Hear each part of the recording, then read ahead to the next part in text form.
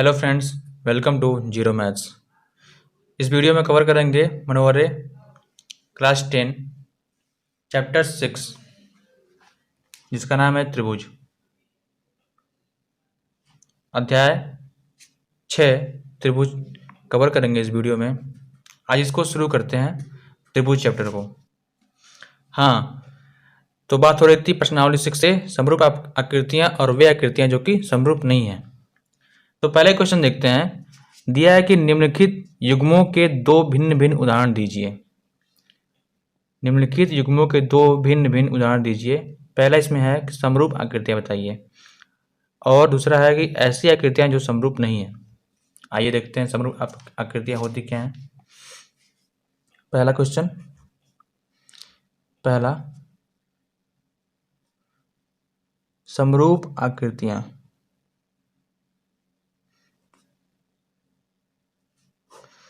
अब देखते हैं इसमें समरूप होता क्या है। थोड़ा सा बेसिक जान लेते हैं। समरूप आप किसे कहेंगे?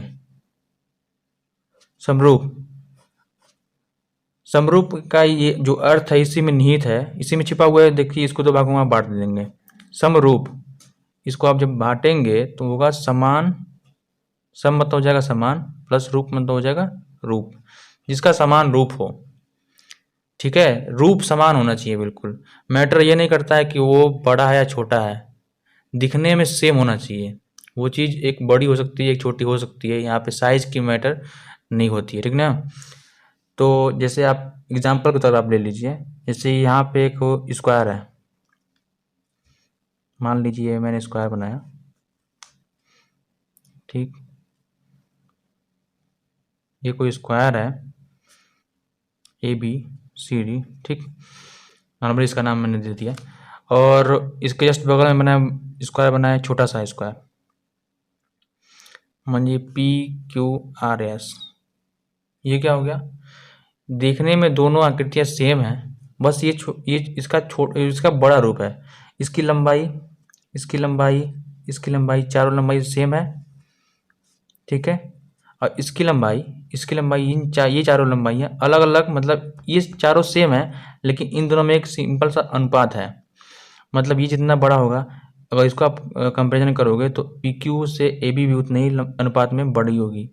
अगर अब यही बात इसमें देखोगे कि SP और AD इनमें भी सेम रेशियो होगा, बड़े और छोटे का। इसको बोलते हैं क्या? समरूप आकृतियाँ। अगर यही आकृति, अगर यही PQRS अगर सेम होती, समरूप होती, अगर मैं कहूँ कि हम सेम लेंथ की PQ मैंने यहाँ बना दिया, ठीक है। AB के सेम लेंथ की मैंने PQ बना दिया, यहाँ पे R लिख दिया, मैंने S लिख दिया, तो ये समरूप तो है। ये दोनों, ये होगी समरूप, ये होगी क्या? ये इसकी समरूप तो है ही, और ये हो जाएगी सर्वांगसम हो जाएगी। बेसिक यही डिफरेंस होता है इनमें, समरूप और सर्वांगसम में। ये दोनों समरूप हैं, ये दोनों भी समरूप हैं, ठीक है। ये दोनों समरूप हैं और ये सर्वांगसम भी हैं। अब आपको समझ में आ गया होगा कि हर आकृति जो समरूप है वो मतलब वो सर्वांगसम नहीं हो सकती। मतलब ये समरूप है ना, अब ये सर्वांगसम नहीं हो सकती। इसके सारे अंग सर्वांगसम का आपको पता ही होगा, सभी जो अंग है मतलब SRCD को कवर नहीं कर सकता।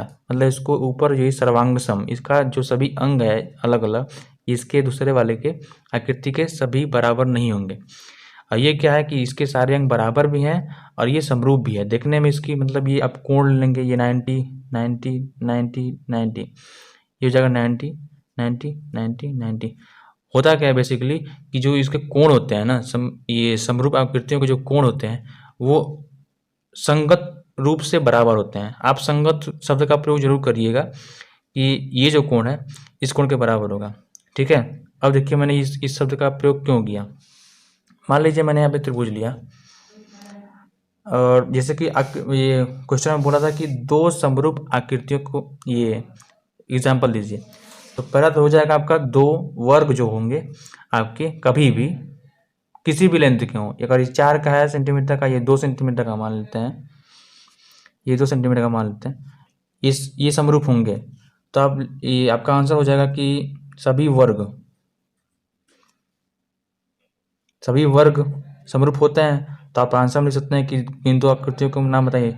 तो दो वर्ग आप लिख सकते हैं, सभी वर्ग में आप दो वर्ग को ले ही सकते हैं, तो लिख देंगे आप आंसर में कि दो वर्ग समरूप होते हैं, दो वर्ग समरूप होते हैं। ठीक, अब दूसरा एग्जाम्पल लेते हैं।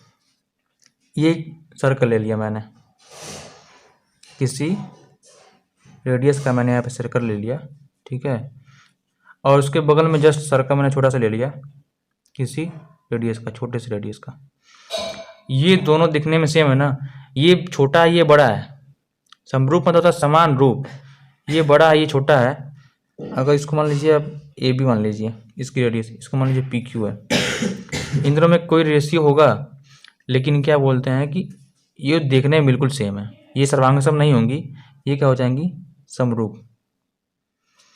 तो आप कह सकते हैं कि मतलब दो वृत्त, जो दो सर्कल जो होंगे, मतलब दो सर्कल ये क्या होंगे, आपस में समरूप होंगे, किसी भी रेडियस की समरूप होते हैं।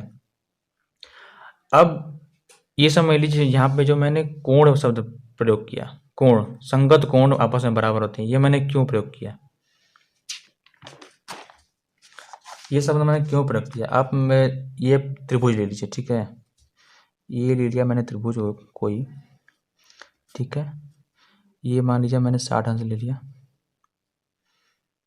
ठीक, ये मान लीजिए मैं कोई न्यून कोण त्रिभुज इसमें ले लिया, मान लीजिए ये हो गया 80 डिग्री, ठीक है, 8 से 14 ये कितना बचा, 40,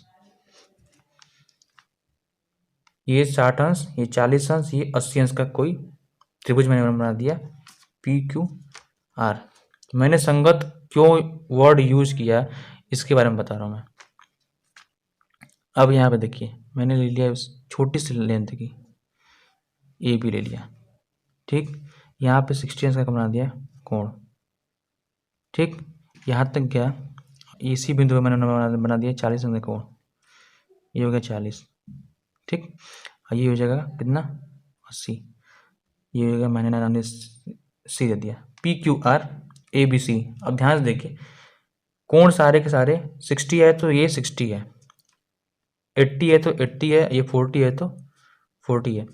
P Q R A B C आपस में क्या है, त्रिभुज, पी क्यू आर और ए बी सी, ये क्या होता है, सर्वांग, ये होता है समरूप का सिंबल होता है, लिख देंगे ट्रायंगल ए बी सी के क्या है, समरूप है। सर्वांगसम का क्या होता है, पी क्यू आर जो ट्रायंगल है ये होता है सर्वांगसम सिंबल होता है, ये ए बी सी के सर्वांगसम है, ये हो जाएगा, नहीं है, इसलिए बोलते हैं। अब आप ये नहीं कह सकते हैं कि जो पी है इसके बराबर है सी के, और कोण आर है ये कोण ए के बराबर है, नहीं, इसलिए ये वर्ड यूज करते हैं कि मतलब कोई आकृति समरूप होती है उसका जो होता है उसका संगत कोण आपस में देखते हैं, किन दो आकृतियों के संगत कोण देखते हैं, अगर जो वो इक्वल हैं इन तीनों में, देखिए 60 60 80 80 40 40, तो ये क्या होती हैं, समरूप आकृतियाँ, देखने में बिल्कुल सेम लगती हैं, यहाँ पे साइज मैटर नहीं करता है। आई होप सबको समझ में आया हो। और इसमें दूसरा जो क्वेश्चन था क्या था, ऐसी आकृतियाँ जो समरूप नहीं है, दो भिन्न भिन्न उदाहरण दीजिए। ऐसी आकृतियाँ तो कोई आप ले सकते हैं, कोई सा भी ले सकते हैं। इसमें देखिए, इसमें आप ले सकते हैं कोई सा भी, मान लीजिए कोई सा भी आप ले लीजिए, ट्रायंगल ले लीजिए ऐसे, ठीक है, मान लीजिए ऐसे, या फिर ये समरूप नहीं है और एग्जाम्पल की बात आती है तो आप क्या ले सकते हैं, ये तो क्या मतलब, अब इसको तो हम लिखेंगे नहीं एग्जाम में कि मैंने पी क्यू आर ले लिया और ए बी सी ले लिया, चाहे ये समबाहु हो गया, ये मान लीजिए ये विषमबाहु हो गया, तीनों अलग अलग लेंथ के, तो ये आप ले सकते हैं कि मतलब कोई समबाहु त्रिभुज और कोई विषमबाहु त्रिभुज आपस में वो नहीं होगी, समरूप नहीं होगी। अब आप आंसर में क्या लिखेंगे, आंसर में आप पहला लिख देंगे कि मान लीजिए अगर इसका मैं कंपेरिजन कर दूँ एक सर्कल से, बिल्कुल इससे डिफरेंस है, इससे भी डिफरेंट है, लिख सकते हैं कि एक वृत्त, आंसर आप लिख सकते हैं एक वृत्त और एक वर्ग, कुछ भी आप लिख सकते हैं इसमें, आंसर में आपका हो सकता है एक वृत्त, एक वर्ग, एक आयत लिख सकते हैं, आयत और त्रिभुज, ये क्या होंगे आपके समरूप नहीं होंगे। ठीक, समरूप नहीं होंगे। अगला क्वेश्चन देखते हैं, क्वेश्चन नंबर 2। ये तो पहले का ही भाग था, पहले का दूसरा था, ये पहले का पहला था। समरूप आकृतियां समझ में आया होगा। क्वेश्चन नंबर 2 क्या कर रहा है, अपने अपने बुक में देखिए आप लोग। लिखा है कि बताइए कि निम्नलिखित चतुर्भुज समरूप हैं या नहीं। ये 1.5 है, 1.5 सेंटीमीटर, ये 3 सेंटीमीटर, ठीक है, इसका दूना है। 1.5 है, ये 1.5 है, ये भी 1.5 है, मतलब ये चारों इक्वल हैं। लेकिन ये क्या, ये स्क्वायर है? नहीं है। ये कौन सा आकृति हो जाएगी, ये हो जाएगी समचतुर्भुज, ये वर्ग नहीं है, ये क्या है, समचतुर्भुज है। और यहाँ पे क्या है, 3 सेंटीमीटर, 3 सेंटीमीटर, 3, 3, ये भी चारों भुजाएं सेम है, लेकिन ये समचतुर्भुज तो है, लेकिन ये इसका स्पेसिफिक नेम हो जाएगा, ये क्या है, स्क्वायर है एक, ये स्क्वायर नहीं है, ये सिर्फ और सिर्फ समचतुर्भुज है। ये समचतुर्भुज तो है ही, इसके चारों भुजाएं सेम है, तो ये समचतुर्भुज हो ही जाएगा। और ये इसका स्पेशल नाम हो जाएगा क्या, क्योंकि इसके सारे कोण कितने हैं, 90 डिग्री है, तो इसे हो जाएगा वर्ग। तो ये आप देखने में बता सकते हैं कि ये क्या, बताइए कि चतुर्भुज, ये निम्नलिखित चतुर्भुज समरूप है या नहीं। इसका आंसर क्या हो जाएगा, नहीं। रीजन क्या पूछ देगा, इसके जो संगत कोण है ये 90 डिग्री है, तो ये क्या है, कोई न्यून कोण हो, ये कोई अधिक कोण लग रहा है आपको। देखिए ये यहाँ से आता तो 90 डिग्री होता, यहाँ जाता तो फिगर में देख लेते हैं। यही कह रहा है ना क्वेश्चन, कि मान लीजिए ये है कोई चतुर्भुज है, समचतुर्भुज है, दिया है 1.5 सेंटीमीटर का, और उसके बगल में दिया है ये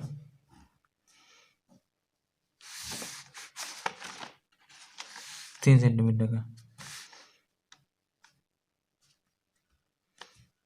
रेशियो तो सेम है, सेम रेशियो होने चाहिए।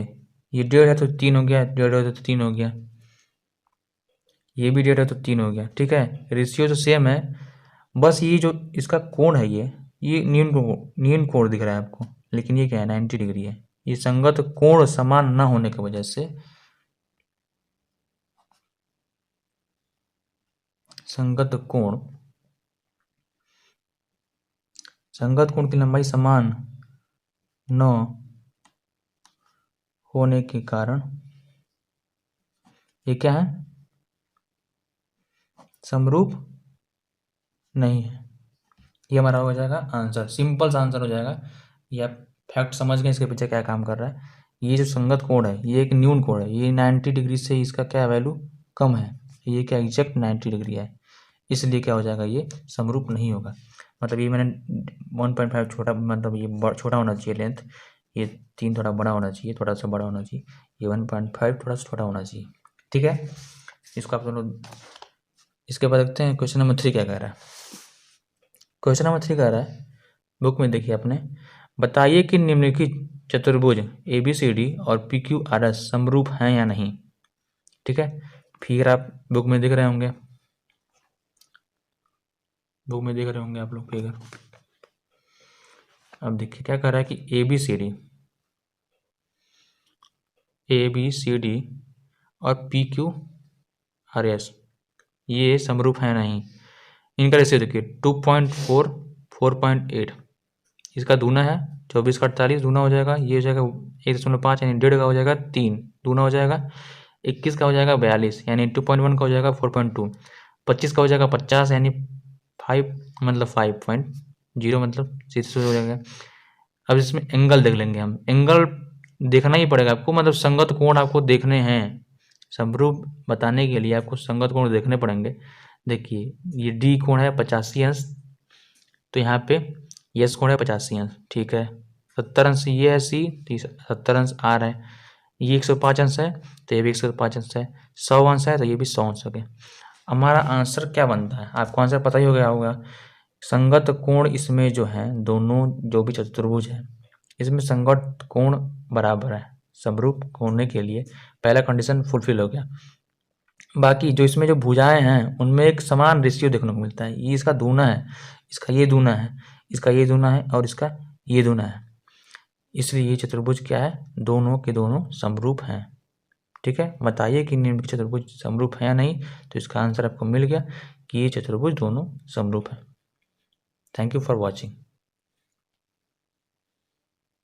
वीडियो पसंद आया तो लाइक जरूर कर दीजिए और चैनल को सब्सक्राइब कर दीजिए ताकि आने वाले वीडियोज़ की नोटिफिकेशन आपको जल्दी से मिल सके। Thank you.